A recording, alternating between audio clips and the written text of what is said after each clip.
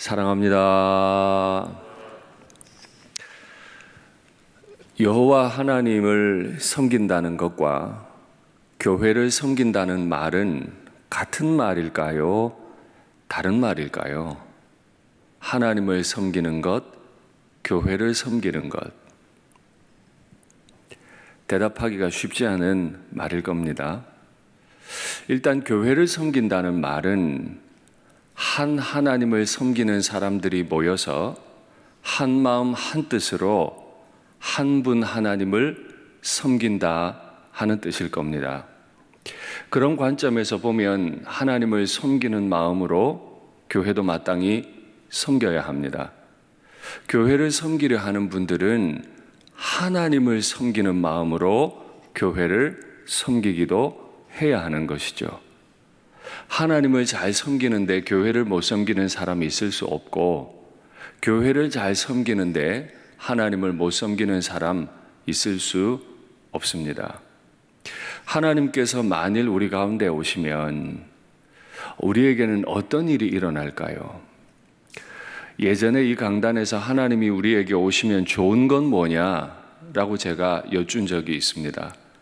하나님께서 우리 가운데 계시면 우리에겐 어떤 일이 일어나는가 하는 겁니다. 오늘 시편 말씀은 하나님이 좌정하시면, 여호와께서 좌정하시면 만민이 떤다. 여호와께서 좌정하시면 땅이 흔들린다 라고 기록합니다. 우리는 하나님이 우리의 삶 가운데 오시고 하나님이 우리 모임 가운데 오시면 너무 좋을 것 같은데, 주일에도 말씀드렸지만 감당할 수 없는 분이세요. 아주 피상적으로 생각하면 하나님이 오시면 굉장히 좋을 것 같으나 진짜 하나님 오시면 우리는 벌벌 떨어야 돼요. 온 땅이 흔들려 버릴 거예요. 그렇게 벌벌 떠는 사람들이, 온 땅이 흔들리는 이유는 뭘까요? 2절과 3절이 설명하기를 그는 너무 위대한 분이세요. 너무 높은 분이세요. 크고 두렵고 거룩한 분이세요. 우리가 가지지 않은 것들을 다 가지셨기 때문에, 크기가 너무 크기 때문에 그분 앞에 서는 것이 우리는 늘 떨리고 두려워요. 그 마음으로 교회를 섬긴다면 하나님과 교회를 섬긴다 하는 말은 같을 겁니다.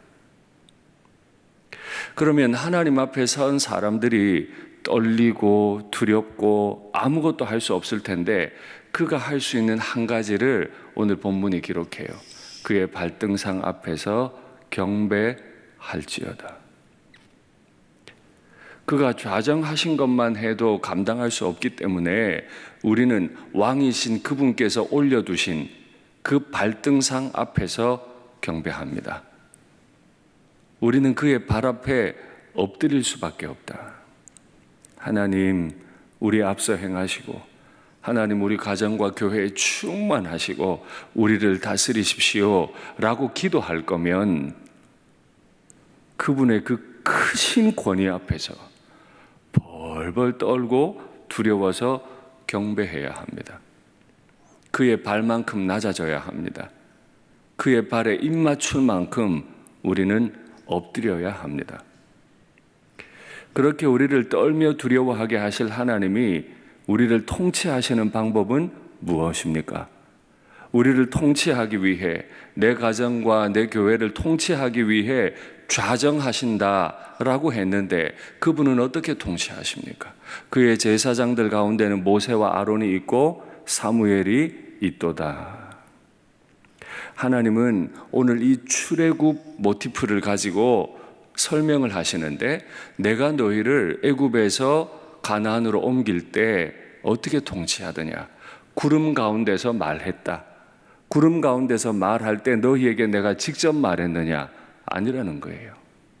하나님이 통치하신 방법은 모세와 아론을 통해 하셨어요. 흑암 가운데 좌정하신 후에 모세를 불러 올리셔서 말씀하시고, 이스라엘의 죄를 용서하셔야 될 때는 아론을 통해 용서하시고 말씀하시고, 그 이후에 사무엘이라고 하는 제사장을 세우셨죠. 이 두 부류, 모세와 아론, 사무엘, 이 두 부류는 공통점이 하나 있습니다. 흑암 같은 한 시대를 끝내고 새 시대를 연 지도자라는 겁니다. 흑암 같던 애굽 시대 끝내고 가나안 시대를 열었습니다. 흑암 같던 사사 시대를 끝내고 왕정 시대를 열어서 다윗에게 기름을 부었습니다. 하나님은 흑암 같은 시대를 끝내고 한 생에 복되게 만드실 때 하나님의 말씀 지도자들을 통해 인도하십니다. 그건 구약만 그렇습니까? 그렇지 않습니다. 신약도 마찬가지입니다. 사도행전 말씀을 보면 예수님께서 승천하신 이후에 우리를 고아와 같이 버려두지 않으시기 위해서 한 분을 보내십니다. 그분도 역시 한 하나님으로서 성령이십니다. 성령이 각 사람에게 임하고 교회에 임할 때 나타났던 첫 번째 증거, 사도들의 가르침을 받아 교제하고 떡을 떼며 기도하기에 전혀 힘쓰니라. 구약도 신약도 새로운 시대를 열 때마다 하나님은 말씀 지도자들을 세우셨어요. 그들을 통해 말씀하셨어요. 하나님의 통치를 받는다는 뜻은 개인적으로 하나님 앞에 엎드려 전혀 기도에 힘쓴다 하는 뜻과 함께 하나님이 세우신 말씀 지도자들의 말씀을 통해 그들은 하나님의 말씀을 받으며 새로운 시대를 열어갑니다. 그러면 질문하겠습니다. 개인적으로 하나님 앞에 엎드려 벌벌 떨면서 말씀을 받으신 것이 언제입니까? 공적 예배 시간에 영적 지도자들의 말씀에 귀를 기울이고 하나님이 지금 나를 통치하시기 위해 말씀하고 계신다 라고 말씀 받으신 건 언제입니까? 그냥 주일이니까 예배 나오고 내 기도하기 위해 새벽 나오는 거지 말씀 받으러 나온 건 아닌 건 아닙니까? 기억하십시오. 하나님이 우리를 통치하시는 방법은 말씀으로 통치하십니다. 구약시대나 신약시대나 하나님은 그의 종들을 통해 말씀하시고 영혼들마다 개인적으로 깊이 있는 묵상 가운데 말씀으로 그들을 이끌어 가십니다.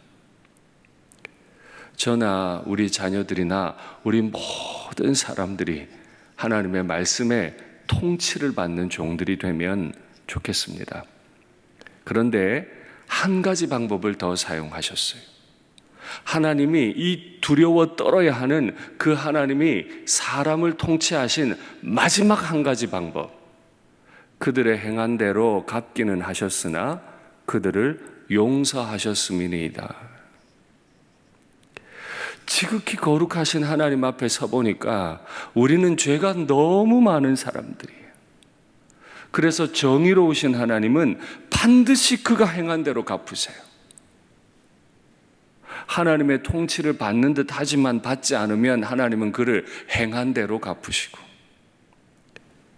그렇게 두드러지지 않지만 고요히 엎드려 하나님의 통치를 받고 있는 사람이 있으면 바로 그렇게 하나님은 그들이 행한 대로 갚으세요. 너무 크고 위대하신 분은 우리의 중심도 알고 우리가 행한 걸 다 아세요. 반드시 갚으세요. 이것이 하나님이 통치하시는 방법인 줄 믿습니다. 그런데 갚기만 하시는 게 아니고 갚으시기만 하면 남을 자 누가 있겠어요? 그 거룩하신 분 앞에서 살아남을 자 누가 있겠어요?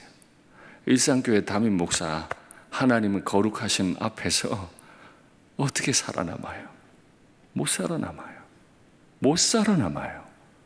그러니 마지막 방법, 용서하시다. 이 용서하시다라고 하는 히브리어 단어 나사라고 하는 말은 들어서 옮긴다는 뜻입니다. 좌정하셔서 저를 이렇게 살폈는데 제가 하나님 앞에 죄가 너무 많아요. 저의 죄를 뽑아서 옮겨요. 누구한테 옮길까요? 예수님께. 내 죄를 지고 있는 예수님을 보니까 죄가 너무 심해. 그래서 예수님을 십자가에 못 박아 버렸어요. 그리고 나서 저를 보니까 저에게 죄가 없어요. 너 참 의롭구나. 넌 내 아들이야.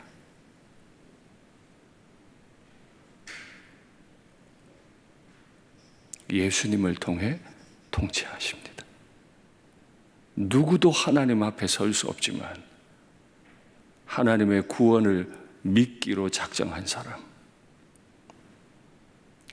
그의 말씀을 믿기로 작정한 사람들을 예수님을 통해 통치하시는 줄 믿습니다. 말씀을 맺겠습니다. 하나님의 통치를 받으려 하면 개인적으로 하나님의 말씀을 묵상하시고 영적 지도자들을 통해 주시는 말씀을 벌벌 떨며 받으시고 내 죄를 대신 가져가신 예수님을 묵상하십시오. 그러면 하나님의 선명한 통치가 나타나게 될 줄 믿습니다.